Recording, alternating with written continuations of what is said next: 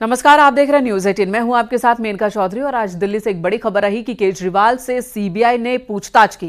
Tihar jail में केजरीवाल से पूछताछ हुई है। सीबीआई ने केजरीवाल की गिरफ्तारी से इनकार किया है। पहले खबर आई थी कि केजरीवाल की गिरफ्तारी की खबर। कल सुप्रीम कोर्ट में भी सुनवाई है। सुप्रीम कोर्ट में सुनवाई पहले से चल रही है। पूछताछ इसी बीच सीबीआई ने की है केजरीवाल से और ये पूछताछ जेल के अंदर ही हुई है। तो बड़ी खबर इस वक्त कि सीबीआई ने कोई गिरफ्तारी नहीं की है, सीबीआई ने पूछताछ की है।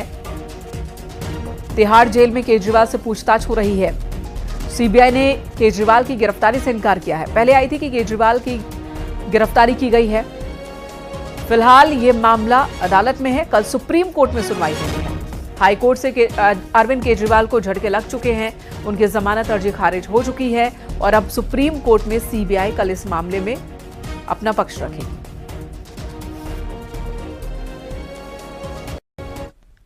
राहुल गांधी होंगे लोकसभा में नेता विपक्ष। इंडिया गठबंधन की बैठक में यह फैसला हुआ। रायबरेली से सांसद है राहुल गांधी और इंडिया ब्लॉक की मीटिंग हुई जिसमें यह फैसला लिया गया कि विपक्ष का नेता राहुल गांधी ही होंगे।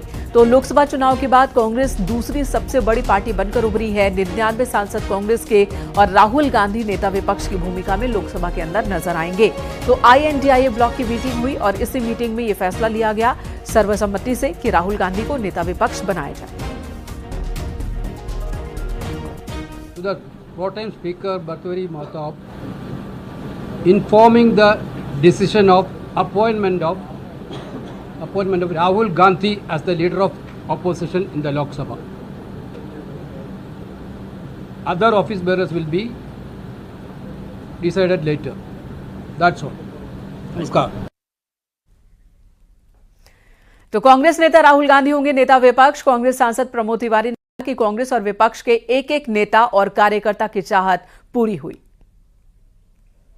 कांग्रेस ने हर लोकसभा के सदस्य की आवाज सुनी और नेता विरोधी दल पद स्वीकार किया।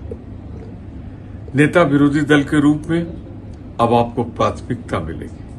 आप जब चाहे नेता सदन की तरह सदन में मुद्दे उठा सकते हैं, आप बोल सकते हैं। जनता की आवाज को जो कुचलने की कोशिश सरकार करेगी उस पर आप एक निर्भीक आवाज आपकी गूंजेगी।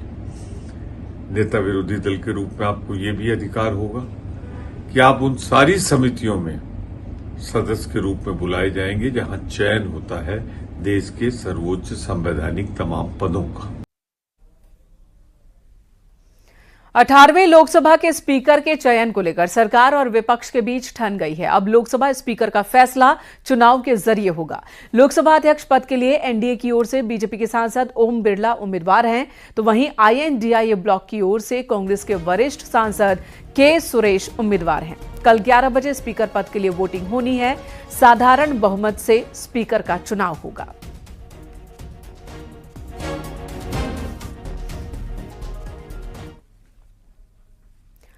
इधर गोरखपुर में लोकतंत्र रक्षक सम्मान कार्यक्रम में सीएम योगी ने शिरकत की। ये कार्यक्रम आपातकाल के 50वें साल के मौके पर आयोजित किया गया।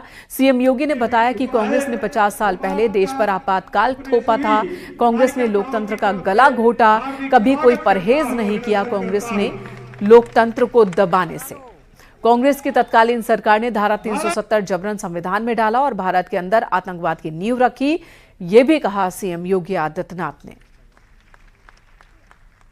कांग्रेस ने आज से 50 वर्ष पहले आपातकाल थोपा। यह लोकतंत्र और संविधान को कुचलने की एक पराकाष्ठा थी। ऐसा नहीं कि कांग्रेस ने आजादी के तत्काल बाद लोकतांत्रिक मूल्यों का सम्मान किया हो। जब भी कांग्रेस को अवसर मिला, कांग्रेस ने लोकतंत्र का गला घोंटने से कभी कोई परहेज नहीं किया। याद करिए, देश की अखंडता को बनाए रखने के लिए भारत के जिस संविधान ने हम सबको एक व्यवस्था दी और स्वतंत्र भारत में जिस संविधान के माध्यम से हम संपूर्ण भारत को एकता और एकात्मता के सूत्र में बांध करके आगे ले जा सकते हैं, इस भारत के लिए जो संविधान हमें प्राप्त हुआ था आजादी के कुछ ही यानी संविधान लागू होने के कुछ ही दिनों के बाद कांग्रेस की तत्कालीन सरकार ने धारा 370 जबरन भारत के संविधान में डाल करके भारत के अंदर आतंकवाद की नींव डालने का काम किया था।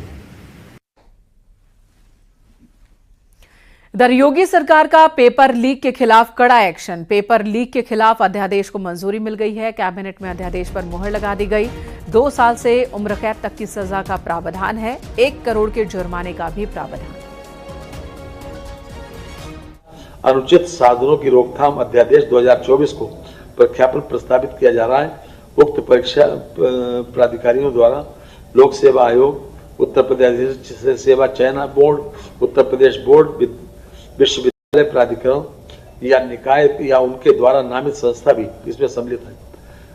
उसमें किसी प्रकार की भर्ती परीक्षाओं, नियमितीकरण या पदोन्नति वाली परीक्षाएं या डिग्री डिप्लोमा प्रमाण पत्रों, शैक्षणिक प्रमाण पत्रों की प्रवेश परीक्षा पर भी लागू होगा। फर्जी प्रश्न पत्र बांटना, फर्जी सेवा योजना वेबसाइट बनाना इत्यादि दंडनीय अपराध बनाए गए हैं। अधिनियम प्रावधानों के उल्लंघन के लिए न्यूनतम 2 वर्ष से लेकर आजीवन कारावास का दंड तथा 1 करोड़ रुपए तक के दंड का प्रावधान किया गया। यही और ओल्ड पेंशन स्कीम को लेकर भी योगी सरकार ने बड़ा फैसला लिया। उत्तर प्रदेश में 28 मार्च 2005 से पहले जिन नौकरियों के मामले में विज्ञापन हुआ था, उन लोगों को ओल्ड पेंशन स्कीम दिए जाने के प्रस्ताव को कैबिनेट ने मंजूरी दे दी। उत्तर प्रदेश में कर्मचारी लंबे वक्त से पुरानी पेंशन स्कीम बहाली की मांग कर रहे हैं और अब सरकार ने शर्त के साथ कर्मचारियों की ये मांग स्वीकार कर ली है। 28 मार्च 2005 के बाद सूबे में ज्वाइन करने वाले सभी राज्यकर्मी न्यू पेंशन स्कीम के ही दायरे में रहेंगे। उन्हें ओल्ड पेंशन स्कीम का कोई लाभ नहीं मिलेगा।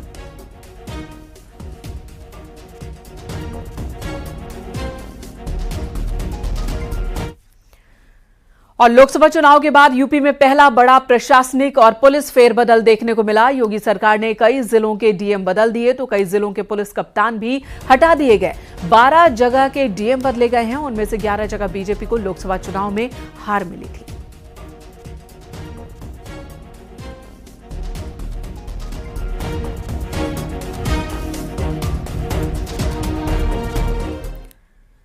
इधर कथावाचक प्रदीप मिश्रा के राधा रानी और तुलसीदास पर दिए विवादित बयान की आंच अभी थमी भी नहीं कि ब्रह्म ऋषि कुमार स्वामी ने भगवान श्री कृष्ण और हिंदू को लेकर विवादित बयान दिया। भड़काऊ और आस्था को ठेस पहुंचाने वाला ये बयान वायरल हो रहा है, जिसे लेकर वृंदावन पहुंचे किन्नर महामंडलेश्वर हिमांगी सखी ने ब्रह्म ऋषि कुमार स्वामी के बयान की निंदा की। उन्होंने कहा कि ब्रह्म ऋषि कुमार स्वामी पहले अपने गिरमा में झांके, उनके आश्रम की जांच की जाए तो उनका काला सच सामने आ जाएगा कि वो कितने चरित्रवान हैं।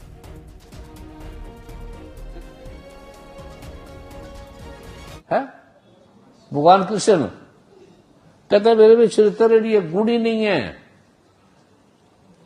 अब 1 शादी कर ली, 2 कर ली, 15 कर ली, 16 कर लो, बहुत है। 16 कितनी कर ली? 16 यार, ये चरित्र है कोई? किसी भगवान का कोई चरित्र है? और बच्चे कितने कर लिए?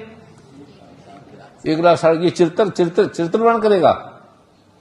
मैंने कुमार स्वामी का वीडियो जब मेरे पास आया, मैंने उसे देखा और मुझे बड़ा अफसोस होता है कि ये तथाकथित जो धर्मगुरु अपने आप को कहते हैं, ये धर्मगुरु नहीं है। जो धर्मगुरु होगा वो कभी भगवान श्री कृष्ण और राधा रानी पे टिप्पणी नहीं करेगा। कुमार स्वामी का टिप्पणी वाला जो शब्द है, जिन्होंने कहा कि भगवान श्री कृष्ण